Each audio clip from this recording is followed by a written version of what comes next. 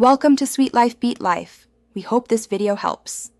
You begin by checking storage and settings so you know where space is tied up and why it matters.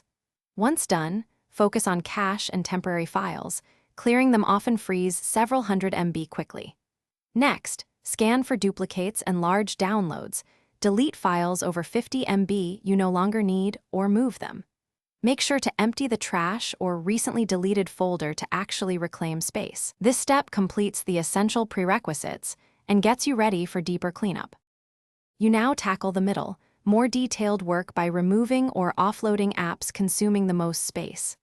First, sort apps by size and last use. Uninstall anything unused for weeks to free significant GBs. If you need an app but not its binary, offload it. This retains your data while returning app storage. Then, move media files. Upload photos and videos to cloud storage or an external drive over Wi-Fi so you can delete local copies and regain large amounts of space. You finish by securing backups and performing final reclamation steps so nothing important is lost. First, confirm cloud or PC backups are complete, then delete local copies and redundant backups from the device. Next, clear any system caches and restart the phone to force storage recalculation.